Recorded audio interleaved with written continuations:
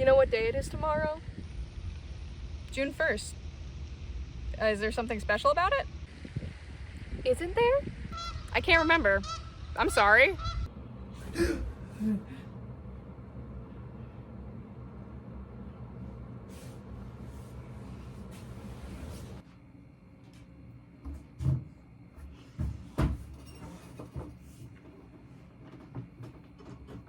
What happens on June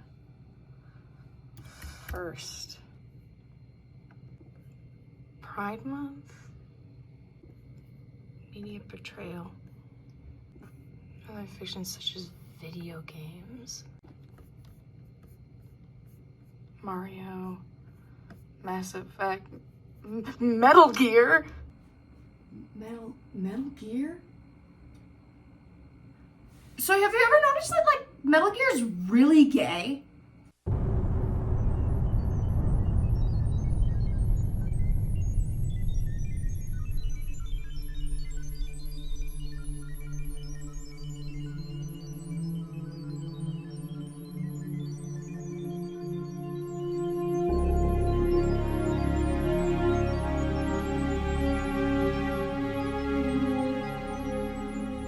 Even if you've never played a Metal Gear game, you've probably heard about it in some way or another, whether that be through its music, its memes, Don't fuck with this, Senator! or even just the sound. It's a testament to the series' lasting impact on not just gaming, but the pop culture zeitgeist even 27 years later. Another thing you may know about Metal Gear is that it's insanely fucking gay. It's in a whole other ballpark than Resident Evil, if you watch that video. While Resident Evil was very implicitly queer-coded, where you had to really go in with the right mindset in order to pick up on the subtleties, Metal Gear is explicitly gay, no matter how much people try to brush things off as a Russian taunt. Hell, most of my friends already knew how gay these games were the second I brought them up for the first time. But I'm getting ahead of myself. Let's instead shift our focus to Sons of Liberty, the second game in the series, not counting the first two MGX games. The hype for Metal Gear Solid 2 was unparalleled, with hundreds of people packed in a room at E3 2000 just for a chance to get to see a sneak peek of it. The game itself also showcased a lot of the new system capabilities of the PlayStation 2, and it remains the most popular game in the series based on units sold alone. You once again play as Solid Snake, now with a mullet, who, alongside his partner Otacon, is infiltrating a tanker off the coast of Manhattan, harboring another Metal Gear. And gee, I sure do love playing as Solid Snake. He's so cool and awesome and— Snake! Snake! Wait, did they just kill off Snake? And who's this guy? Ooh, look at me, guys. I'm in the big shell. Isn't that cool? This guy is Raiden, and you better get used to him because he's the only character you'll play as for the rest of the game. This bait and switch was hidden to Western players as he was notably absent for most of, if not all, promotional material for Metal Gear Solid 2. This change was one that a majority of fans despised, who wanted to continue playing as Snake instead. Though, interestingly enough, Raiden is introduced as Snake, and is complete with him putting on his best David Hayter impression. There's someone else besides me that wanted to get in badly. He claims to be a new recruit for Foxhound, despite the organization disbanding immediately following the events of the first Metal Gear Solid game. That's odd.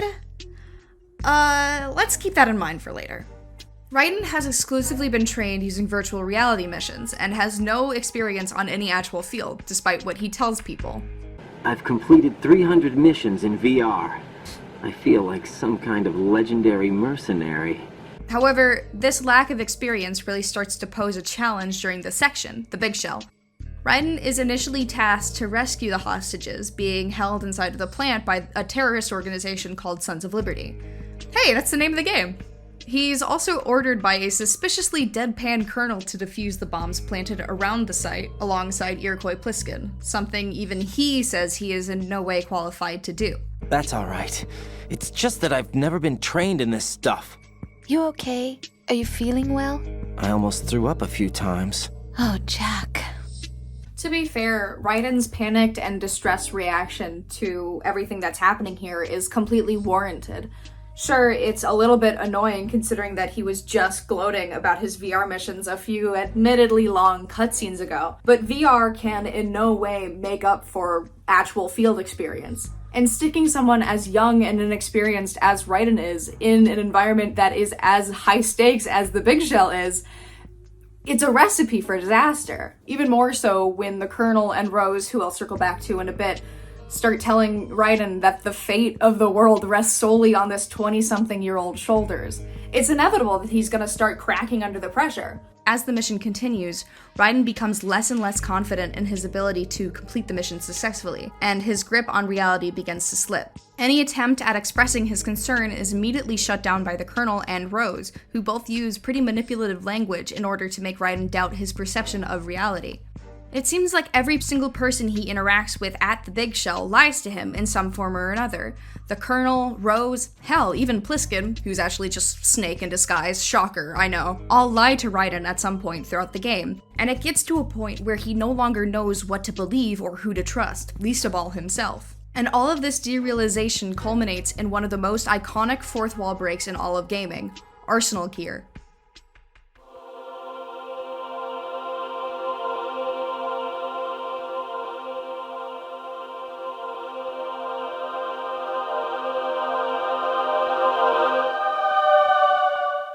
It's in Arsenal Gear where the game's tone shifts drastically. Here, the Colonel's jig is up, and reveals itself to be the GW AI impersonating Colonel Campbell, formed from Raiden's expectations of the mission in an attempt to continue leading Raiden through the Esprit plan, or the Solid Snake simulation plan, which is then further revealed to actually be the Selection for Societal Sanity, aka fucking thought control. In a way, Raiden brought this upon himself, even if he didn't mean to.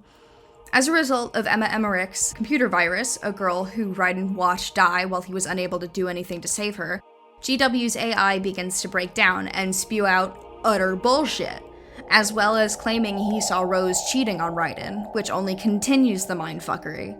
I need scissors. 61. Actually, there is something I have been meaning to tell you, but I just couldn't. I think you should know, though. On Saturday morning last week, I saw a guy leaving Rosemary's room. How should I put it? It was like they were intimate. I'm sorry. Sorry to bring this up during the mission, but... It's also here where Raiden's past is revealed. Over the course of the game, he's been trying to suppress any unpleasant memories and shuts down the very idea of even talking about himself whenever it gets brought up. Now, he's forced to come face to face with the man that made him like this, Solid as Snake. Hold on, I'm updating my snake counter. Cool. Raiden was and still is the perfect living weapon. We learn that Raiden, given name Jack, which I'll go into more detail later, was a child soldier during the First Liberian Civil War, trained by Solidus to fight and kill mercilessly, and he was good at it, earning him the nickname Jack the Ripper. Mind you, Raiden was a child during all of this, going as far as to say that he remembers holding his first AK when he was only 6 years old. The worst part of Raiden's recollection is when he remembers how they would mix gunpowder containing toluene into the food he'd be forced to eat. Toluene is a chemical compound commonly used in things like glue, paint thinners, and other solvents. When inhaled or ingested in large quantities, it can have hallucinogenic effects on the user. This aspect is mentioned in-game that they also use it to keep the children complacent and controllable. However, it can also cause lasting effects on cognitive abilities, including, but not limited to, ataxia, which is the discoordination of motor functions, seizures, electrolyte imbalances, where have I heard that before? And of course, memory loss. While toluene isn't the only factor in why Raiden is so fucked up, because he clearly shows symptoms of post-traumatic stress disorder, which also includes dissociative amnesia.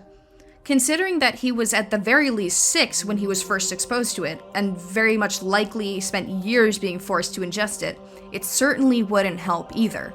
After the war, Raiden was sent to a relief center to recover. However, he disappeared after unknowingly being recruited by the Patriots, which leads us back to Arsenal Gear. Though many years have passed since his time on the field, it continues to haunt him no matter what he does to escape it. No matter what he does, he always ends up becoming a pawn in some larger agenda, forced to act on the behest of people much more powerful than him. As a result, he has no concept of a real identity. There is no real Jack, so to speak. There's only a broken man trying his best to charade as a functional member of society and play into his skewed perception of normalcy. He's playing a role, just like GW says. My role? Why do you keep saying that? Why not? This is a type of role-playing game. The point is that you play out your part, and I expect you to turn in a perfect performance. And Rosemary is at the heart of this charade. Rose is Raiden's girlfriend, as well as the person you have to go to in order to save your data. And she'll also call you periodically to ask Raiden some pretty intrusive and unprompted questions about his personal life, which Raiden predictably shoots down as soon as they pop up. One of their calls retells the story of how they first met, outside Federal Hall, where Raiden overheard Rose incorrectly claim that the Chrysler Building was the one that King Kong climbed. They talked for hours after that, and a relationship soon blossomed between them. But, like most things in Raiden's life, even their relationship was fake.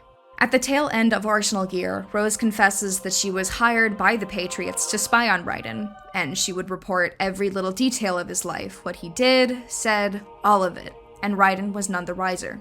This revelation immediately recontextualizes all of their previous interactions. It's one thing for Rose to ask Raiden about his past out of genuine concern or curiosity, especially since the two of them have well established that Raiden is incredibly secretive about his past. But there's this realization that the reason she's asking him is to continue wringing information out of him to send back to the Patriots. What little bits of his past he might have shared with Rose, their relationship and their love life, all things Raiden is repeatedly shown to be self-conscious about and almost disgusted with himself over, is being broadcast to tens if not hundreds of people like he's some sort of animal in the zoo. Now to quickly get on my soapbox, I just wanted to put this out here since I'm gonna end up being pretty critical of the relationship from here on out. Since getting into Metal Gear, I've noticed that Rose is not a well-liked part of the series. I believe that Rose is a deeply complex and flawed character, one that unfortunately is heavily disliked throughout the fandom, even though I personally find her very fascinating. So I will do my best to be as respectful as possible when analyzing her as a character. I've described Rose in the past as a cog in a much larger, scarier machine. She manipulates Raiden, and yet she herself is manipulated by the Patriots. And for that, I can't entirely fault her, but I also can't quite forgive her either. And that's what draws me to her. She exists in this gray ambiguity that we truly need to see more of, especially in female characters, even if players don't like them all too much. For a series as packed to the brim with overtly queer characters and just general homoeroticism, Raiden seems to stick out like a sore thumb as the only character to canonically hold down a relationship with a woman. So, essay over. He's completely heterosexual, right? At surface level, Raiden seems like a perfectly normal heterosexual man, a standout amongst the rest of the cast. But even that is a ruse, a part of the character Raiden is playing and the lie he's telling himself. Because once Raiden starts talking to Rose on the codec, it becomes increasingly clear that this is a relationship that is not working out. Raiden seemingly has this idea of what the perfect, quiet life is supposed to look like. A wife, 2 kids, and a house with a white picket fence in the suburbs, aka the idealized cis-heteronormative nuclear family. And Solidus is most likely the one that put this idea in his head, projecting all of his frustrations of being unable to reproduce himself due to being a clone of Big Boss onto this kid he'd raised like he was his own son. Now combine that with the image training Raiden had to sit through in Liberia, where he was forced to watch old Hollywood action movies with big buff heroes that always get the girl in the end, and it's clear that Solidus has instilled this idea in him that a human's only purpose is to reproduce, to pass off their seed and create the next generation. What is our legacy if we cannot pass the torch? Something that being gay, by principle, directly goes against. His relationship with Rose exemplifies that. Rose describes Raiden as very distant in their relationship, and he seems to be very uncomfortable around Rose, especially in an intimate sense. Throughout their calls, it becomes apparent that Raiden does not like sex with her. Whenever they're done, Raiden will always leave to go isolate himself or stay awake all night. And Rose gets upset with him over this, saying how all she wants is to be able to wake up next to him. His discomfort with intimacy can come from many things. Trauma is the most likely factor, but it may also be due to him feeling like he is incapable or unworthy of being loved. It may also stem from him feeling like he has to be the quote-unquote man in the relationship, having to play the active, more dominant role in something he both isn't good at or wants to do. Regardless, it all adds to the implication that Raiden really doesn't like being in this relationship. He undoubtedly cares about her, sure, in a way anyone would in this kind of situation, but he doesn't like her the way a boyfriend should like his partner. There's also something to be said about the implication that even if Raiden wanted to leave this relationship, the Patriots would probably just pull some strings for Rose to make her way back to him so that she could continue monitoring him. Not only that, but there are also several mentions to Rose not wanting Jack to get away, to keep him trapped. Jack, I was serious when I said I wanted you to propose to me. Rose? I was really worried. There are times when it seems like you're not really looking at me and that if I looked away for a moment, you'll disappear. I wanted to make sure you couldn't get away. I know you want to get married. I... But I can't. I can't risk starting a family. There's no way to erase my childhood. It's all right, Jack. Please, don't say any more. Raiden does not want to get married or have children. It's something he tells Rose multiple times. He's not ready to be a father, let alone risk bringing another version of him into the world. And yet, by the end of the game, he does that exact thing, completely ignoring Snake's genuinely good advice in favor of listening to Solidus of all people, a man who has done nothing but turn Raiden into this idealized killer and destroy any ability to lead a normal life, and resolves himself to living this picturesque heteronormative life where he can never feasibly be happy.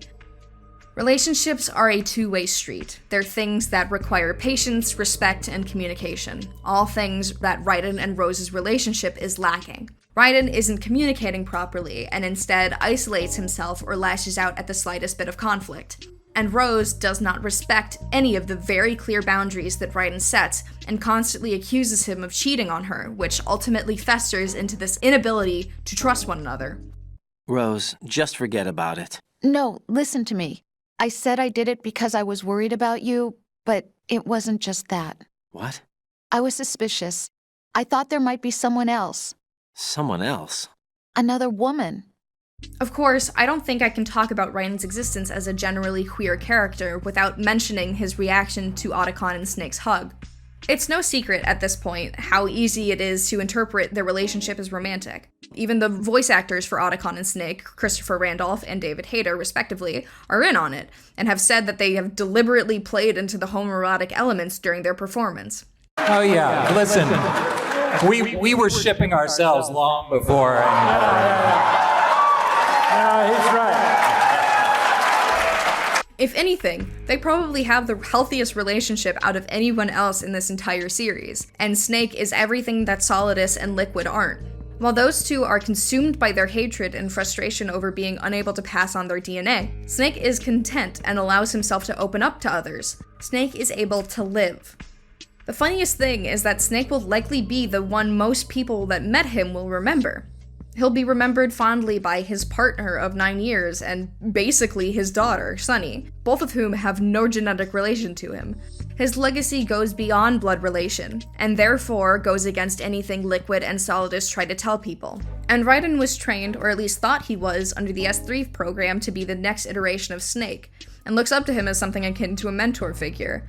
So in some way, I think Raiden seeing Snake not only be in this loving relationship, but to be so open and comfortable about it, manifests as jealousy.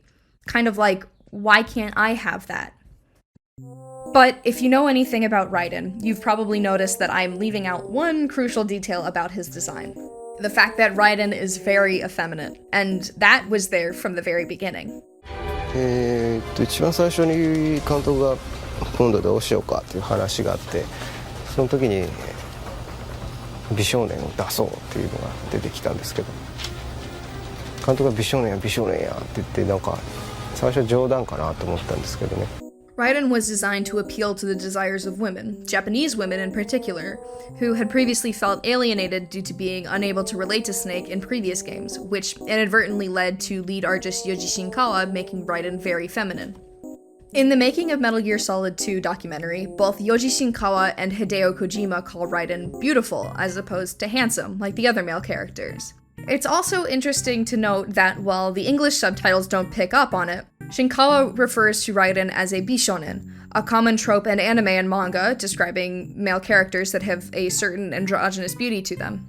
The term fits Raiden perfectly, but you can probably tell where I'm going with this. Bishonen characters are inherently queer on a fundamental level because they exist outside of Eastern and Western culture's concept of a traditional gender binary. They're, quote, a disruptor of heterosexuality, a presence standing outside the conventions of patriarchy, a hole in the fabric of gender dualism, end quote. Shinkawa claims that Raiden's femininity was unintentional, and even the narrator states that if you, watching, think that he is effeminate, you're just straight up wrong. And if, like me and some other people, you think all this design work left him looking a little effeminate, especially the eyes, then I'm sorry, but you're wrong. I'm not saying that this element of his character was initially intentional and the devs are just lying to cover up their trail or something, but that doesn't negate the fact that he still is pretty in a very feminine way. Or that the game itself plays into this aspect with several characters making snide comments about his androgyny, or how he fits better in women's clothing. Without Raiden's femininity, there is no Raiden. Period. But players picked up on these little hints, and they weren't all too happy. And it wasn't just because he replaced Solid Snake as the playable character. His reception immediately following Metal Gear Solid 2's release brings us to how all of this ties into the constant objectification Raiden is subjected to throughout the game. For example, several characters joke about the way Raiden looks, saying that his hair and the way he dresses is weird. He's stripped down and has to run around completely naked throughout all of Arsenal gear, which isn't just humiliating for him, but is unnecessary since the scene is a callback to when Snake went through the same kind of torture sequence, but was able to keep his pants on. He's also the subject of several dick jokes throughout the game. If you get back on the rack while an alert is going off, Raiden will put his naked body on full display, prompting a guard to say this. Boy, you shy at that. Also, at the very end of the Arsenal Gear section, Snake will say, Amazing how you walk around like that. In its infancy, video games were an industry by men for men. So, most protagonists, Solid Snake included when he first debuted in the first MGX game in 1987, appealed to this idealized masculine image that male players could project themselves onto, appealing to a kind of power fantasy. In Verily Bitchy's video Games and the Sexy Gender Binary, which is linked in the description, of course, they discuss the implications of male characters taking control of a female character, like Tomb Raider's Lara Croft, for example. Are you playing as a woman, or are you merely piloting one while she guides you through the game, unless you look at her triangular titties? As players, we are meant to put ourselves in Raiden's shoes, because up until this point, that's what we've been trained to do with characters like Snake. What are video games if not just another medium to continue pushing the same ideas that we already have about things like gender and sexuality, i.e. the male gaze? So, in our society, someone being sexualized is so conflated with femininity that it makes sexualized men feel emasculated. It makes them, for lack of a better term, feel gay. So for players to watch as their character be not just gender non-conforming, but be constantly reminded of that and made fun of for, to the point where the in-game president of the United States grabs Raiden's crotch in a way to check his gender, it forces them to come to terms with femininity, and therefore queerness. If Solid Snake was running around Arsenal Gear butt-ass naked like Raiden is, players wouldn't enjoy playing as him. They would feel uncomfortable. This phenomenon probably had a hand in why Raiden was so reviled for years to come after Metal Gear Solid 2's release. If you're familiar with Metal Gear, you're probably familiar with the PlayStation Magazine comics about him. I don't need to elaborate on that. While Raiden doesn't appear in Snake Eater, he has a look-alike in Major Ivan Raidenovich Rykov, a man whose uniform Naked Snake has to steal in order to get past Colonel Volgin. Up till this point in the game, there have been several passing references to the nature of Rykov and Volgin's relationship that have flown right over Snake's head. A major who gets special colonel class treatment, the way Rykov will walk right past what is essentially a Playboy magazine while the rest of the GRU soldiers flock to it, how Eva refers to Rykov as Volgan's precious pet. They really aren't being subtle with this. Rykov is undeniably gay, and it's retroactively confirmed later on. But why? Not why as in why is he gay, but why is a character like him practically identical to Raiden? They share the same hair, face, and Rykov's voice actor, Charlie Schlatter, also voices Raiden in Secret Theater. He's even a derivative down to his name, Raidenovich, literally son of Raiden. There's a reason for all of this, and it's because Rykov was created in response to the backlash Raiden received. The player is given a choice on how they decide to take care of Rykov, either peacefully or lethally, which was intentional on the developer's part. Whether you knock out Rykov or kill him is indication of your love towards Raiden. I'm guessing it will be a swift death for him in Europe, but that decision I leave up to the player. If you liked playing as Raiden, you knocked Rykov out, but if you hated Raiden, you killed Rykov. His role in the game also circles back to subjecting him to the same sort of humiliation and objectification Raiden went through in Metal Gear Solid 2, including, but not limited to, him being stripped down to only a thong, and of course, the infamous crotch grab that happens to Snake once he gets caught wearing the disguise after Volgan mistook him for Rykov, asking, "Major, what are you doing here? I've been waiting for you in my room." The commentary describes this as Volgan waiting for him so that they could do quote-unquote secret business together. What's worse is what happens when the boss catches Snake. What is this fairy disguise? It's gonna rub off on you. And then you'll lose sight of who you really are. Her line in the original Japanese, Nagaku jibu no itsuwaru to shinshoku sareru, lacked the homophobic aspect of it, translating to basically, disguise yourself for too long and it will erode you, meaning that the translators had to have picked up on Rykov's queerness and made the conscious decision to point out to both Snake and the player why that's bad. Rykov isn't Raiden, but at the same time, he's still a facet in Raiden's overarching character. So having this character who is openly effeminate and gay really starts making you rethink some of the things Raiden goes through in Sons of Liberty, doesn't it?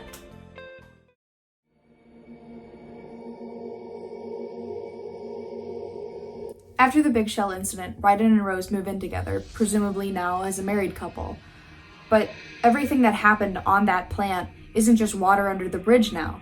Raiden still can't live with himself. He's just bottling up everything again like he did after the Civil War. There are also reasons behind your selection.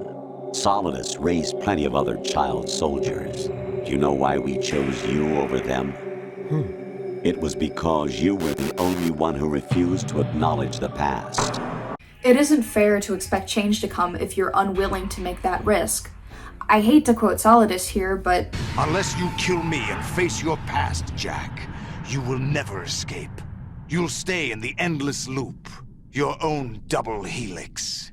But Raiden doesn't do anything to actually better himself, nor do anything to fix the issues between him and Rose. All he's done is further trap himself in a situation he doesn't want to be in just to fulfill this jank idea of what a normal life is supposed to be. So now, living with Rose, with the ever-growing threat of having to be responsible for a child, Raiden continues to trap himself in this endless loop, which only makes his life worse.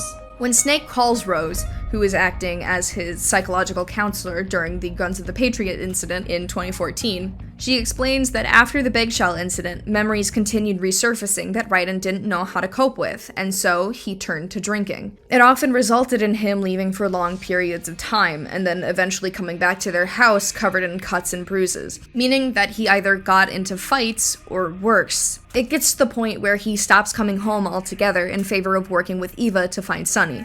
In the meantime, the Colonel, who, mind you, was a man whose image was used to continue manipulating Raiden during the Big Shell incident, almost immediately zeroes in on Rose, and the two get married soon after. Raiden learns of this secondhand, along with learning about Rose's subsequent miscarriage. Lots of sources describe Raiden as becoming despondent upon learning this, and I mean for good reason. He basically has no one he can go to anymore. He's at his most vulnerable, and it's in this vulnerability that he slips up while trying to find Big Boss's body and gets captured by the Patriots.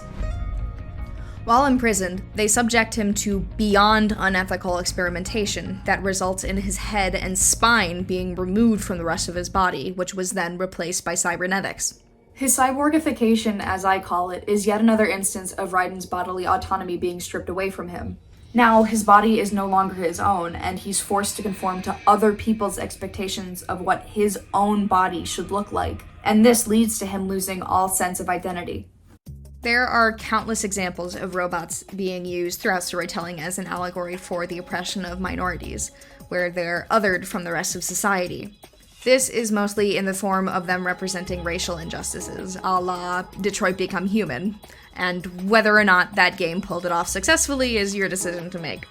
However, there's another aspect I've been noticing a lot lately, and that is that robots can often be read as a metaphor for transness. Many times, a robot character inhabiting this uncanny valley of being almost human but not quite represents a very similar feeling that many trans, non-binary, or gender non-conforming people often experience. To quote Ceila Wagar, quote, "Robots attempting to approximate humans are said to have an uncanny valley when that depiction is quote-unquote off somehow. And trans people frequently are perceived as creepy or looking off by cis people when we don't quite pass or when we have a mix of masculine and feminine features," end quote. Raiden embodies this now that he is a cyborg. As I mentioned earlier, Raiden has always been a character that defies traditional gender norms, nor does he seem to want to conform to them. He seems to be at his most comfortable when he still has complete control over the way he looks and is able to present more femininely, with his long hair, long eyelashes, a thin waist, and wide hips. But he still struggles with his identity and tries to balance the want to express himself freely while still being bogged down by his past and a twisted desire to conform to a heteronormative life. This aspect makes Raiden's transformation all the more horrifying if you view it through a trans lens. Imagine spending years of your life transitioning or just changing parts of yourself, whether that be through updating your wardrobe, getting a haircut, wearing makeup, etc., and tailor-making this perfect body for yourself. The one thing you can control, a way to finally regain your autonomy after being a pawn for your entire life. You can't control your past, your name, your memories, but you can control your appearance. And then one wrong move and you have to start all the way back at square one. That's devastating. I cannot even begin to fathom how that would feel. It's no surprise that in Metal Gear Solid 4, and even more so in Metal Gear Rising: Revengeance, Raiden expresses disgust for his new body that he feels no longer belongs to himself. He even says that it prevents him from living a normal life because people find him too disturbing to look at. Going out shopping or whatever, you could feel all those eyes on you. I tried to find something to do other than fight. But looking like I did got me 2 strikes pretty much as soon as I walked through the door. This disgust is a feeling all too similar to gender dysphoria, but you'd expect it to stem from him feeling like he no longer looks human. But he does, especially once he gets his skin suit at the end of 4. You'd really only be able to tell anything was off about him if you saw that there were seams on the corners of his lips and jaw. But his issues lie deeper than just his outward appearance. He looks human, but not in the way he wants to look. It's instead because it's no longer his body, the body he made, he had control over. His body is now the Patriot's property. Now he's forced to look traditionally masculine in a way that isn't him. He actually tries to remedy this by covering as much of his body as possible. In Metal Gear Solid 4, he at least tries to wear a trench coat that turns him into a formless silhouette, though it often ends up coming off once he gets into a battle. And in the beginning of Revengeance, he wears a suit with the shirt buttoned all the way up, but also always has gloves on, presumably so that he can cover the visible joints on his fingers.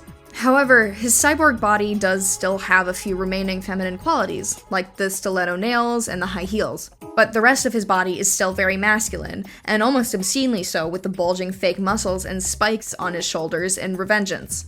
To circle back, the way Raiden presents himself in Metal Gear Solid 2 is very androgynous, and it's hard to pin down where exactly his gender identity stands, whether that's trans-masculine, trans-feminine, gender-fluid, non-binary, anything. It's all up in the air, but the issue is that people don't respect that about him, especially Rose. Throughout their calls in the Big Shell, Rose seems to know that there's a part of himself that Raiden won't talk about. You always seem like you're trying to deny something within yourself, but can't. Maybe if I were a better match for you, I could understand without being told. But I guess I'm not. I guess I'm just too different. Rose, that's... Not true? Yeah, you're perfect for me. The ideal woman, so to speak. Ideal? Yeah. If... Huh? If I was... What are you trying to say? Nothing. Never mind. Sorry, I was about to say something stupid. If she was what? Really anything could fit here, but one possibility stands out when taking the rest of their relationship into account. If I was a man. If Rose was a man, would Raiden be more comfortable then? She also sometimes hints at the idea that Raiden used to be a woman, and there's a point in the game where you can enter the women's restroom, which, when confronted about, Raiden gets very embarrassed over. Raiden, where are you? What are you embarrassed about? You're on a mission. Anything goes. I can't believe you, Jack. Do you know what that place is? I just thought maybe the bomb disposal instructor might be in there. Why would he be in there? Well, you never know. He's AWOL and... Even AWOL, a normal guy wouldn't go into a woman's bathroom. You're the only one I know who would. You're like really strange. Let's see. Things you don't want to say. Like that you've been married before? That you're 80 years old? That you used to be a woman? Rose. What exactly is it you won't tell me? Do you think I'd hate you if I knew? Of course, I need to mention that this part of the game was most likely originally intended to be a joke about Raiden being a pervert or something, which there are other possible calls that do that. But this is a different case. You only get this call when you're just standing there. Rose's statement isn't framed in a sexual light like you'd expect either. No, if anything, it can be almost read as her misgendering him if you combine that with her joking about how he was a woman. No normal man would do that, she says. You're weird. Even if it's supposed to be a joke, it clearly strikes a chord within Raiden that makes him uncomfortable. So then why would Raiden, who we already know presents himself in a very genderqueer way, be the only person Rose knows would go into a woman's bathroom? What does that say about Raiden's identity? What does that tell the player? There's also a voyeuristic element to it. Everything Raiden says, does, sees, can be seen by Rose, Pliskin, and the Colonel AI, so Raiden can never get any privacy throughout the entire mission, and the bathroom is no exception, and plays into Raiden being constantly objectified. Okay, I just talked a lot about Metal Gear Solid 2, and not a lot about Metal Gear Solid 4, which is what this section is supposed to be about. Let's shift gears back to 4 and check in on Raiden. How's that guy doing? After all that isolation, it's practically a given that Raiden is straight up not having a good time. We've already touched on his loss of identity, but it goes as far as him separating himself from the Jack part of him. Is this Jack? Jack is dead. I am Raiden. Jack is no more. This can be taken one of two ways. It could be that he believes there is no use in separating his work from his normal life because he believes he is nothing more than just a weapon now, so why even bother keeping the name that humanizes him? Either that, or his given name, if you can even call it that, since Solidus renamed Raiden after he killed his parents, brings up too many bad memories, and thus Raiden feels alienated from it. This distaste for his given name goes back as far as Metal Gear Solid 2. When Snake comments on how strange of a codename Raiden is, Raiden will say that it makes up for the boring one his parents gave him. And in a codec call with Kevin in Revengeance, Raiden will say this. Never really suited me, but it's better than... Jack just reminds me too much of the past. I hear you. Someone once told me, you can find your own name, and your own future. After that, I dropped Jack for good.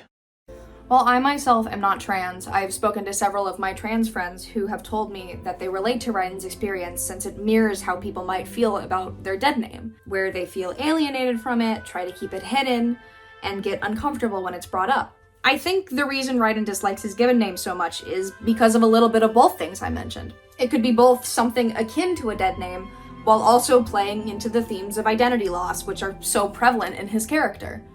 After the vamp fight, which I'll touch on later, trust me, we'll get to that, Raiden is severely injured and taken out of commission. Raiden is dead set on being a part of the mission to give him at least a little bit of purpose. But being faced with his imminent death, Snake tries to warn him of the danger, insisting he stay for the sake of his family, which prompts this reaction.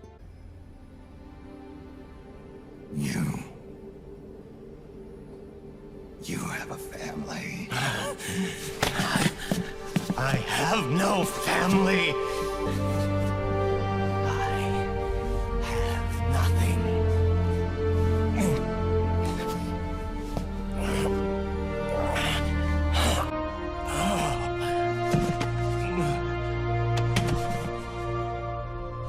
I have always been alone. Always.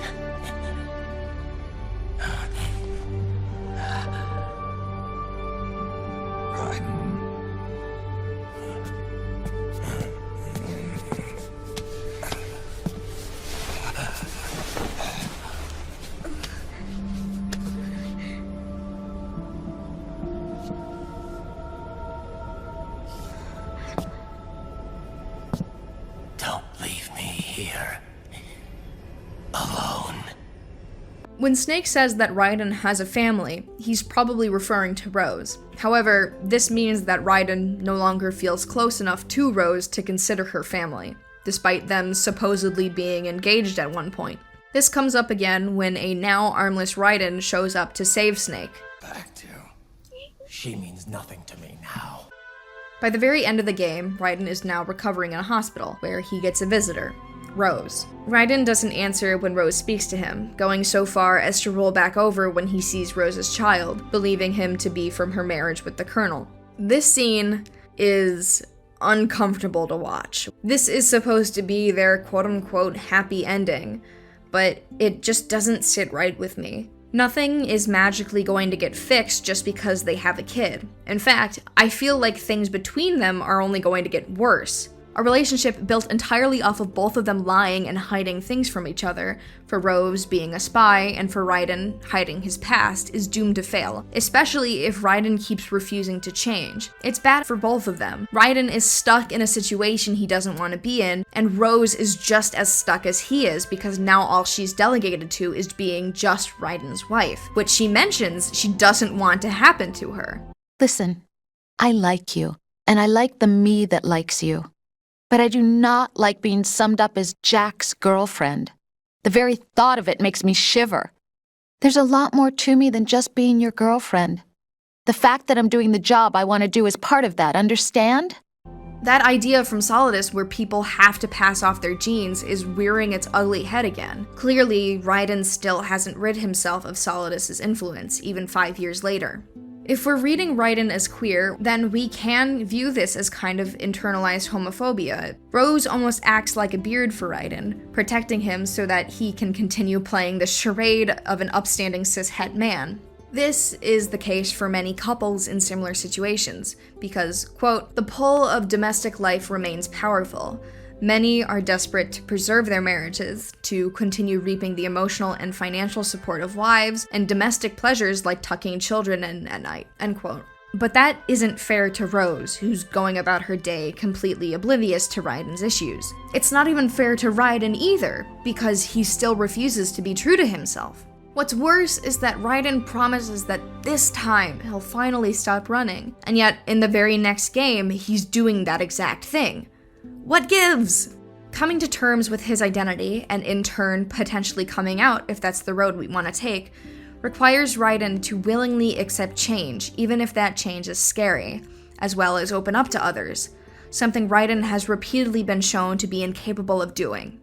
As a result, he only continues to trap himself in an endless cycle of running, shutting himself away, and further regressing as a person. I've mentioned several instances of Raiden being the butt of many of your standard early 2000s gay jokes, if only because of his more effeminate appearance. However, even in text, Raiden is shown to be pretty obviously attracted to men, even if he isn't out per se, or even realizes that he is. Probably the most overt example of this is the vamp fight in Metal Gear Solid 4. It starts off with Raiden restrained by the gecko's wires and Vamp pulling out the knife from what I can only describe as his crotch holster. So we're already off to a great start. It only took me, editor me, insert number of minutes it took for me to get this far to start talking about BDSM this time. That's a new world record. I really shouldn't have to explain the implications of combining a man who bleeds white and a man who drinks blood in a sensual manner. This scene takes whatever I was talking about last time and turns it up to 11. And the cherry on top is this part, which I'll let commenter Runovaris from 13 years ago explain. Quote, "This fight is pure sex. Seriously. Just listen to all the grunts, moans, and as Vamp slides around Raiden, who promptly jams his own sword through his lower stomach, piercing them both grunting and exertion and pain. Vamp even reaches around to grip the sword hilt and furiously rub up and down its length, trying to free it. It comes free— Jesus fucking Christ. I can't do this, man! It comes free with a spurt of the white cybernetic blood Raiden is using." End quote. This is Editor Rowe, coming to you live from Pittsburgh. I could have gone to a Pearl Jam concert, but I'm writing my essay instead. Has this commenter ever considered writing erotica? Vamp looks very into stabbing Raiden, savoring the taste of his blood. It's long, drawn out, and intimately painful. To top it all off is what happens once Raiden manages to escape, where Vamp notices a spot of Raiden's blood on his arm, swiping it up with his fingers to taste it, and moaning to himself. Jesus Christ, I can't do this anymore, man. I can't do this anymore. This isn't the last time we get to see Vamp either. No. He shows back up when Snake and Raiden return to Shadow Moses. Him and Raiden's fight is just as erotic as the last one. Once Raiden lands the final blow, Vamp grabs Raiden, practically embracing him in a hug. All the while, Vamp is absolutely drenched in Raiden's blood. And cut. Metal Gear Rising is no exception to this series' weird gay shit, introducing Jetstream Sam, who you could even consider a counterpart to Vamp. Sam sees Raiden as a worthy opponent, a rival that can match his skill, even though Sam clearly has the upper hand here, being a much more talented swordsman, using actual techniques learned from formal training, as opposed to Raiden, who's basically just slashing wildly. It's because of this skill that Sam is able to easily overpower him without so much as lifting a finger, slicing off Raiden's arm and cutting out his eye. Something that's pretty surprising considering the only cybernetic thing about him is his arm. This incident marks the beginning of Raiden and Sam's rivalry, Raiden becoming hell-bent on getting his revengeance. Oh, brother, this guy stinks! But it gets to a point where he basically just becomes obsessed with Sam. And next time we meet, I will beat him. I'll kill him, and I'll do it to save others from suffering, with my ideals intact. All right, Raiden. Which brings me to my next point. To hate someone is to be obsessed with them, to love them, because hating them gives you this sick sort of pleasure. Love and hatred are some of the most intense emotions someone can experience, which is why you can easily interpret their fighting or rivalry as homoerotic. To be fair, I think there's a little bit of mutual obsession happening between them. Sam seems to be fascinated by Raiden's ever-loosening grip on this Jack the Ripper persona he's playing into, doing everything in his power to make him snap just to get the chance to see Jack in action and be able to fight against him. And he gets his wish. It's why Sam pre-orchestrates what will become their last fight. He wants Raiden to get the upper hand to prove that they are equals. It also shows how they've passed their ideals onto each other, how they've changed each other, and I think Sam revels in being able to die by Raiden's blade. And I've got cause enough for killing you. Huh? Oh, good. Why, that's very good. Yes, I like that. If you've seen my Resident Evil video, you'd know that during the final Krauser fight, he calls Leon Pretty Boy as a way to insult his masculinity. Sam says this too, but it interestingly isn't framed in the same light as it was in Resident Evil 4. It comes completely out of left field. He just kinda says it, as if all of these strong emotions are bubbling to the surface as they fight. He also doesn't say it as a way to demean Raiden, but instead to show his genuine interest in him. And to be completely honest, I think Sam is just a little bit turned on throughout the entire fight. Show me a good time, Jack! Even though Raiden defeats and kills Sam, he isn't gone. In true Metal Gear fashion, he defies death by living on through the Murasama, which is now in Raiden's possession. This could have potentially been his plan all along. The two of them have made each other rethink their ideals over the course of this game, and what better way to show everything coming full circle than letting Raiden use the item so intrinsically linked to Sam to grant him his final wish, taking down Armstrong. On a slightly different, more overt note, Raiden can also slice off civilians' clothes and immediately get lambasted by the people over at Maverick. It was a reflex. It won't happen again. Raiden, what the hell, man? This is your idea of a good time? Stripping dudes in public? I didn't know you were into that. Right. Sorry. It was an accident. Hey, I'm not here to judge. But next time, find someone consenting and do it on your own damn time. Notice how Kevin says dudes and not just people. He isn't being judgmental, just making a statement about it. He's basically saying, I didn't know you were into men. And Raiden doesn't deny it either. But anyway, let's rewind all the way back to the start of Revengeance. Over time, Raiden's identity, in a metatextual sense, not just him as a person, as a trans-coded character, has evolved and touched on many different aspects of the trans experience through each subsequent appearance. In Metal Gear Solid 2, it was his gender expression, and in 4, it was his dysphoria. Here, with cybernetics becoming more commonplace in everyday life, more and more people, particularly soldiers injured in war, as stated in-game, are making the choice to become cyborgs or at the very least get cybernetic enhancements. Raiden doesn't like this, dropping a few lines that come across as what I guess you could call anti-cyborg. Something doesn't add up here. Envision a world similar to something like Cyberpunk 2077, where making changes to your appearance or getting upgrades wasn't just widely accepted, but encouraged. A world where the line between machine and man is blurred, and the majority of people are okay with that. What does that sound like to you? Sounds kinda genderqueer, right? In this case, cybernetic enhancements become a metaphor for gender-affirming care or just the act of transitioning in general. Even though Raiden himself is a cyborg too, he says that they made their choice and he made his. But once again, his cyborg transformation was done entirely without his consent. It comes across almost like internalized transphobia. And that's exactly the point. Everybody else is getting to look the way they want, but he can't. He has to be stuck in this hyper-masculine body that scares people away. And I think at this point, he's given up on trying to express himself in a way that's actually meaningful to him, so he just plays into it. You've probably noticed that Raiden changes his voice a lot, depending on who he's talking to. When he's talking to people on his side, he uses a friendlier voice. This is especially the case with Sonny, who he talks to in the closest you can get to his voice in Metal Gear Solid 2. Yeah, I suppose.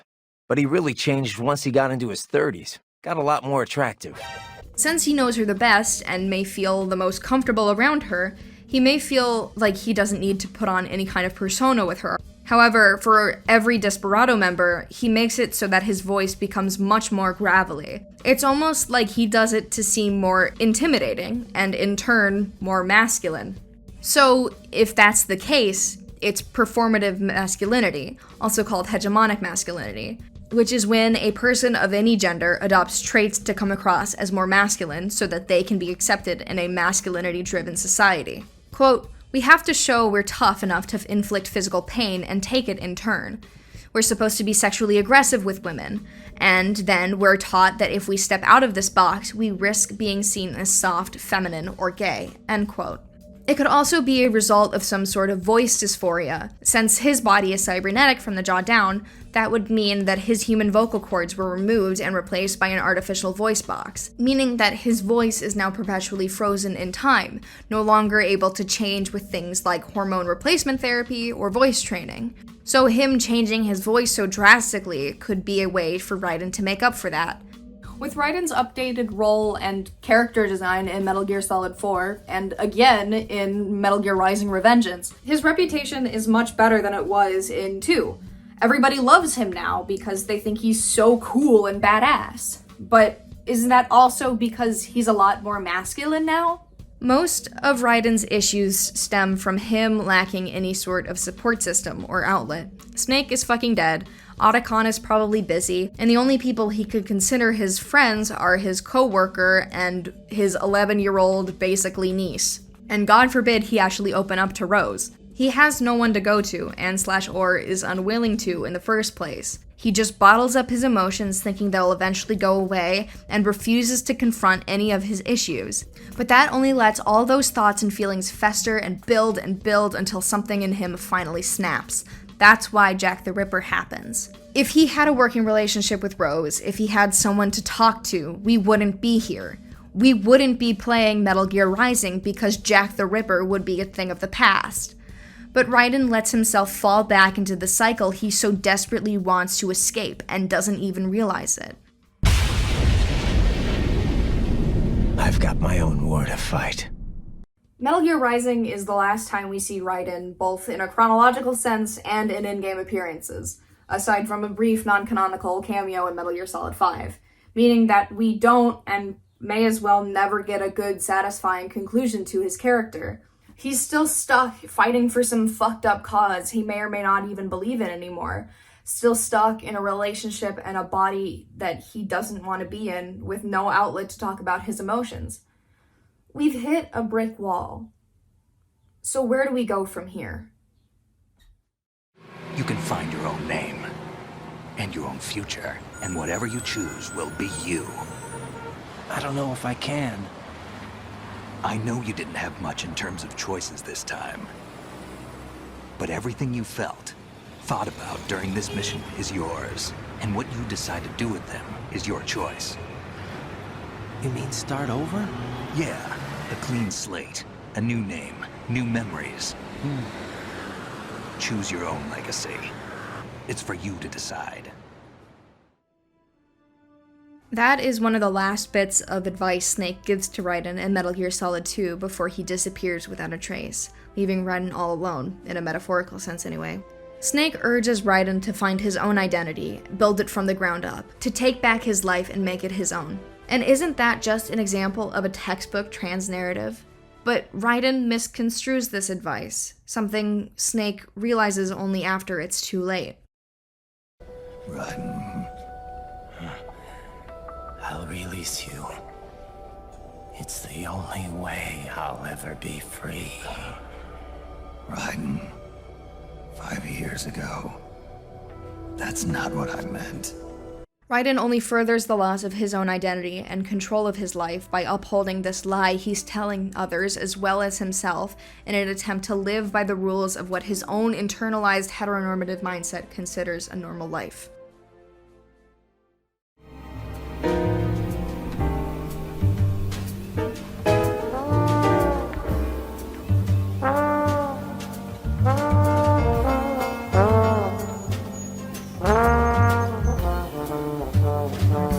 Metal Gear Solid 2 was a warning. It was a warning against a world riddled with mass censorship, fake news, the suppression of freedom of thought, and the loss of individuality. A world that we're currently living in now due to the results of the 2024 presidential election. So why can't Raiden, as a transcoded character, play into that? That's why I think that having an interpretation like this one is so important, especially now during a time when trans people's history and even just proof of existence is being erased day by day. Now, I'm not saying that my interpretation of Raiden's character is 100% the definitive correct one, nor am I saying that he is going to be the pinnacle of the trans experience, because there is no one trans experience. Gender is something that is so complex and doesn't look one way or the other. And everybody is going to have a different experience with it. All I'm saying is that my interpretation of his character is just that, an interpretation, and should be allowed to coexist alongside the rest of the theories and analyses for a game as dense and relevant as Metal Gear Solid 2 is. Have a happy Pride Month. Thank you.